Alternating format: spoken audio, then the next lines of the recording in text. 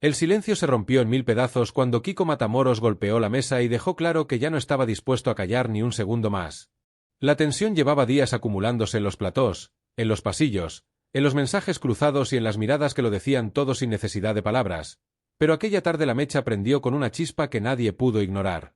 Las cámaras captaron el gesto serio, la mandíbula apretada, los ojos encendidos por una mezcla de indignación y hartazgo, mientras pronunciaba el nombre de Anabel Pantoja con una contundencia que resonó como un disparo. No era una discusión más, no era una polémica pasajera de las que se diluyen con el siguiente titular. Era algo que, según se comentaba en voz baja, podía tener consecuencias mucho más profundas. Todo comenzó con un rumor que fue creciendo como una bola de nieve. Se hablaba de un informe forense, de un documento delicado que habría salido a la luz antes de tiempo y que, según algunas voces, apuntaba a posibles irregularidades en un procedimiento que ya estaba bajo la lupa de un juez. Nadie tenía el documento en la mano delante de las cámaras, nadie lo leía en directo, pero la sola mención de su existencia bastó para encender el debate. ¿Había realmente un intento de encubrimiento? ¿Se estaba filtrando información de manera interesada? ¿O todo formaba parte de un juego mediático en el que las medias verdades y las sospechas pesan más que los hechos comprobados? Kiko, acostumbrado a las tormentas mediáticas, parecía esta vez profundamente afectado. No hablaba solo como tertuliano ni como personaje televisivo. Hablaba, según decía, desde la indignación personal. «Ya está bien», repetía, mientras reclamaba claridad y transparencia. Su discurso no se limitaba a señalar a nadie directamente como culpable de nada, pero sí exigía que se dejaran de lanzar insinuaciones sin fundamento. En su opinión, si existía un informe forense, debía tratarse con el rigor que corresponde a cualquier procedimiento judicial y no convertirse en munición para alimentar especulaciones. Anabel, por su parte, se encontraba en el centro de una tormenta que parecía crecer por momentos. Las redes sociales hervían, los programas de televisión abrían con el tema y los mensajes se multiplicaban. Algunos defendían su derecho a la presunción de inocencia, recordando que ningún juez había dictado sentencia alguna ni existía confirmación oficial de irregularidades. Otros, en cambio, exigían explicaciones inmediatas y señalaban que el simple hecho de que se hablara de un posible encubrimiento ya era suficientemente grave como para no mirar hacia otro lado. La palabra encubrimiento flotaba en el aire con un peso enorme. No era una acusación ligera, no era un término que pudiera utilizarse sin consecuencias. Sin embargo, en el terreno mediático, las palabras se lanzan a veces como proyectiles sin medir del todo su impacto. Kiko insistía en que no se podía jugar con algo tan serio sin pruebas concluyentes. «Si hay algo, que lo diga el juez», espetaba, dejando claro que no iba a participar en un linchamiento público basado en filtraciones cuyo origen nadie parecía tener del todo claro. El supuesto informe forense se convirtió en el epicentro del debate. Se decía que contenía detalles técnicos, valoraciones médicas y conclusiones preliminares que podrían influir en la decisión judicial. Pero también se subrayaba que, en cualquier proceso, los informes pueden ser interpretados, ampliados o incluso rebatidos por otras periciales. La justicia no funciona a golpe de titular ni de comentario incendiario en redes. Sin embargo, la presión mediática a veces crea una narrativa paralela que corre más rápido que los tiempos judiciales. En medio de ese torbellino, Kiko alzó la voz no solo para defender su postura, sino para cuestionar el modo en que se estaba gestionando la información. Según él, si realmente se había filtrado un documento confidencial, el problema no era únicamente el contenido, sino la propia filtración. «Eso sí que es grave», repetía, sugiriendo que el foco debía ponerse en cómo y por qué ciertos datos llegaban a los medios antes de que el juez tuviera ocasión de pronunciarse. No afirmaba que existiera un encubrimiento probado, pero sí denunciaba que se estuviera construyendo un relato que daba por hecho algo que todavía no había sido demostrado. Anabel, mientras tanto, guardaba silencio público durante unas horas que se hicieron eternas. Cada minuto sin declaración alimentaba nuevas teorías. Algunos interpretaban su silencio como estrategia legal, otros como una señal de preocupación. Lo cierto es que, en situaciones así, cualquier gesto se magnifica. Una mirada, un mensaje ambiguo, una ausencia en un programa se convierten en pistas que cada cual interpreta según sus propias expectativas. Cuando finalmente habló, lo hizo con tono contenido. Negó rotundamente cualquier insinuación de encubrimiento y pidió respeto. Recordó que los procesos judiciales deben desarrollarse en los tribunales y no en los platós. Sus palabras no apagaron el incendio, pero añadieron un matiz importante, la firmeza con la que defendía su posición. No había confesión ni admisión de irregularidad alguna, sino una reivindicación de su derecho a no ser condenada mediáticamente antes de tiempo. La figura del forense, por su parte, se convirtió casi en un personaje invisible pero omnipresente. ¿Había realmente filtrado información? ¿Había sido malinterpretado? ¿O simplemente alguien utilizó su nombre para dar credibilidad a un rumor? En el mundo de la comunicación, a veces basta mencionar una fuente técnica para que el relato adquiera apariencia de verdad sólida, aunque los detalles sigan siendo difusos. La ausencia de confirmación oficial dejaba un vacío que muchos llenaban con conjeturas. Kiko, lejos de recular, intensificó su discurso. Hablaba de dignidad, de responsabilidad, de los límites que no deberían cruzarse. Su explosión no era solo contra Anabel, según matizaba después, sino contra una dinámica que, a su juicio, convierte cualquier sospecha en sentencia social. No todo vale por audiencia, llegó a decir, en una frase que muchos interpretaron como una crítica al propio sistema del que forma parte. Las horas siguientes estuvieron marcadas por un intercambio constante de opiniones. Analistas jurídicos invitados a los programas recordaban que una filtración, de existir, podría tener consecuencias legales, pero también subrayaban que sin acceso al expediente completo era imposible afirmar nada con rotundidad. La prudencia parecía chocar con la urgencia del espectáculo. En redes, la polarización era evidente. Había quienes defendían a Kiko por atreverse a decir lo que otros callaban, y quienes lo acusaban de avivar la polémica en lugar de contribuir a calmarla. Anabel contaba también con un apoyo firme que denunciaba el acoso mediático y pedía esperar a que el juez se pronunciara. Entre ambos bandos, un amplio grupo observaba con escepticismo, consciente de que la verdad rara vez se ajusta a los relatos simplificados que triunfan en televisión. La palabra muy grave se repetía en titulares y comentarios. Grave sería que se confirmara una manipulación de pruebas, grave sería que se demostrara una filtración interesada, grave sería que alguien estuviera utilizando información sensible con fines ajenos a la justicia. Pero también sería grave, señalaban algunos, que se dañara la reputación de una persona basándose en especulaciones no verificadas. El juez, mientras tanto, seguía su propio ritmo, ajeno al ruido externo en la medida de lo posible. Los procedimientos judiciales están diseñados para basarse en pruebas, testimonios y argumentos presentados formalmente. La presión mediática puede influir en la opinión pública, pero no debería determinar el sentido de una resolución. Esa distancia entre el tiempo judicial y el tiempo televisivo es, a menudo, el origen de muchos conflictos. Kiko insistía en que no se trataba de una guerra personal. Reconocía que las relaciones en el mundo del espectáculo son complejas, que existen afinidades y desencuentros, pero aseguraba que su intervención respondía a una cuestión de principios. Si mañana hay una sentencia, la acataré, decía, dejando claro que no pretendía situarse por encima del sistema judicial.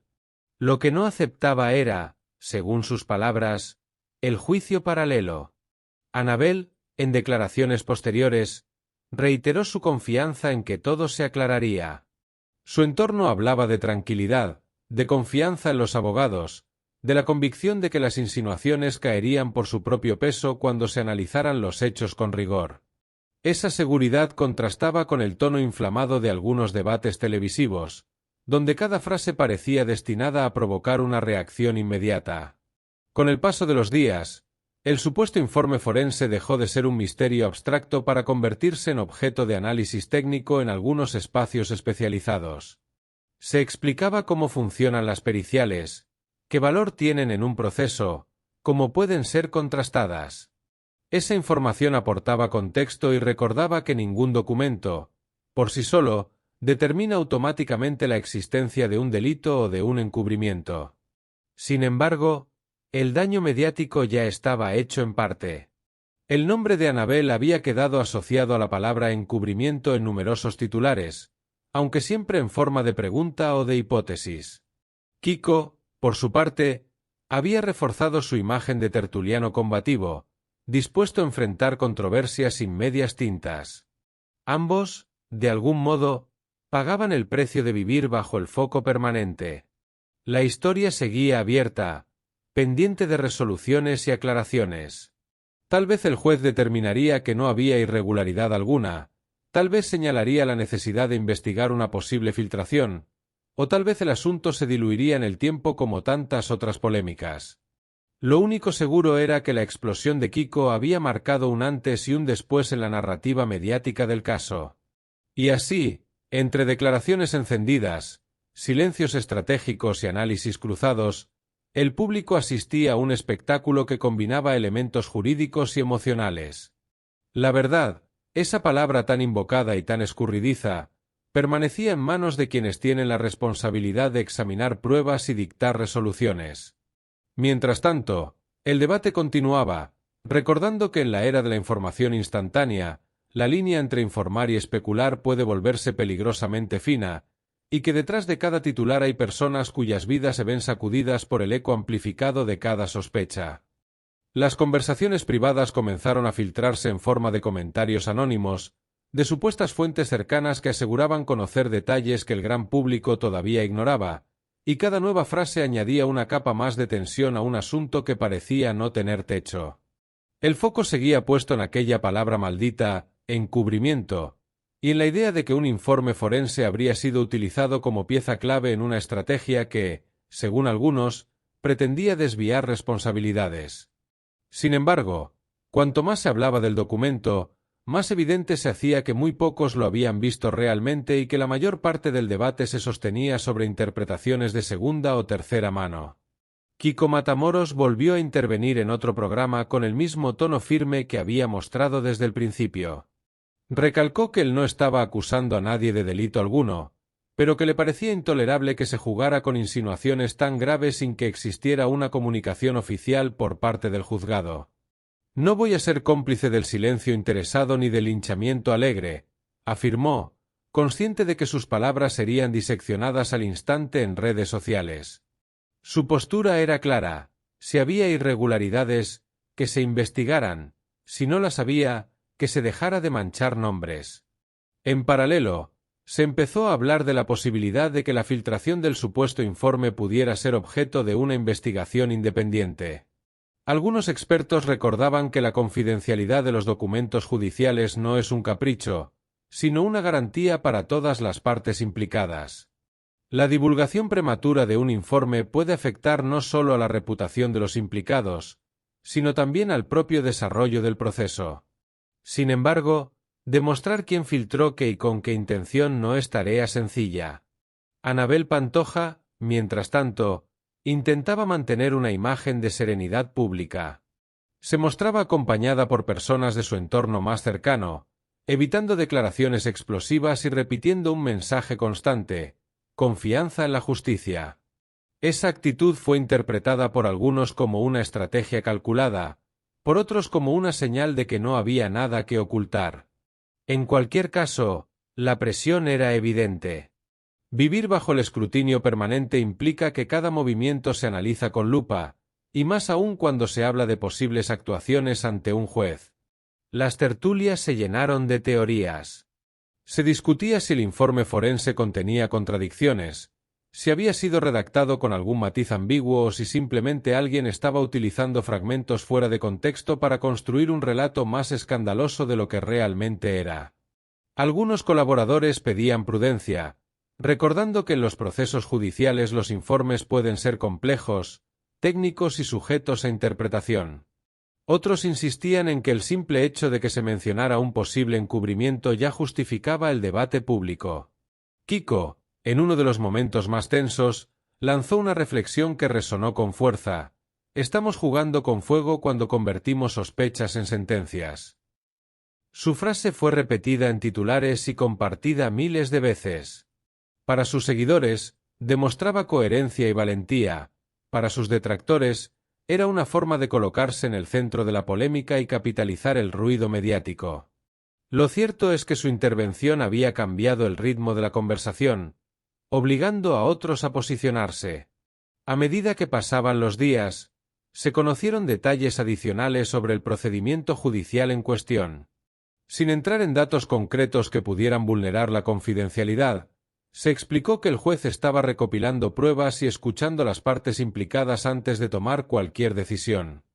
Esa información aportaba una dosis de realidad frente al frenesí televisivo. Los procesos tienen tiempos, fases y garantías que no siempre coinciden con la urgencia del espectáculo. El término bomba fue utilizado una y otra vez para describir la supuesta filtración. Pero, ¿era realmente una bomba o más bien una chispa amplificada? Esa pregunta empezó a aparecer en análisis más sosegados. Algunos periodistas veteranos señalaban que no sería la primera vez que una información parcial se convierte en un escándalo de grandes dimensiones para, semanas después, desinflarse cuando se conocen todos los datos. Otros advertían que minimizar la gravedad de una posible filtración tampoco era responsable. Annabel decidió finalmente ofrecer una entrevista más extensa, en la que reiteró su inocencia y su tranquilidad. Habló del impacto emocional que estaba teniendo la polémica, de la angustia que provoca ver tu nombre asociado a términos tan contundentes, y del desgaste que supone defenderse constantemente en público. No entró en detalles técnicos sobre el informe, pero insistió en que todo se aclararía en sede judicial. Sus palabras buscaron humanizar la situación, mostrar que detrás de los titulares hay una persona que sufre. La reacción fue inmediata. Quienes la apoyaban encontraron en esa entrevista la confirmación de que estaba siendo víctima de una narrativa injusta. Quienes desconfiaban consideraron que se trataba de una estrategia comunicativa bien diseñada. La polarización no disminuyó, simplemente adoptó nuevas formas. Kiko, al ser preguntado por esa entrevista, mantuvo su línea. Dijo comprender el desgaste personal, pero reiteró que la cuestión de fondo seguía siendo la misma. No se puede permitir que se utilicen filtraciones o rumores para moldear la opinión pública antes de que el juez hable. Ni para condenar ni para absolver, matizó, intentando situarse en un punto de equilibrio que no siempre resultaba fácil de sostener en medio del ruido. En las redes sociales, el debate alcanzó picos de intensidad. Hashtags enfrentados competían por convertirse en tendencia. Algunos usuarios compartían fragmentos de intervenciones de Kiko como prueba de su coherencia. Otros difundían declaraciones de Annabel defendiendo su versión. Entre ambos extremos, voces más moderadas pedían dejar trabajar a la justicia y recordaban la importancia de no difundir información no verificada. El supuesto forense implicado en la filtración permanecía en silencio público. Su nombre apenas se mencionaba, pero su figura era clave en el relato. Se hablaba de ética profesional, de responsabilidad y de las consecuencias que podría tener para su carrera cualquier irregularidad comprobada. Sin embargo, sin confirmación oficial de que hubiera existido filtración alguna, todo quedaba en el terreno de la hipótesis. El juez, según fuentes cercanas al proceso, estaba centrado en analizar la documentación disponible y en escuchar a las partes. La maquinaria judicial avanza con su propio ritmo, ajena en gran medida a la velocidad de los titulares. Esa diferencia de tiempos es, a menudo, el escenario donde se gestan las mayores tensiones entre justicia y espectáculo. Mientras tanto, Kiko reflexionaba en voz alta sobre el papel de los medios. Admitía que él mismo forma parte de ese engranaje, pero defendía que existe una línea que no debería cruzarse. La audiencia no puede ser la excusa para cualquier cosa, afirmó en una intervención que fue aplaudida por algunos compañeros y cuestionada por otros. El debate se ampliaba así más allá del caso concreto para convertirse en una discusión sobre los límites éticos del periodismo de entretenimiento. Annabel, por su parte, comenzó a recibir muestras de apoyo de figuras públicas que pedían respeto y cautela.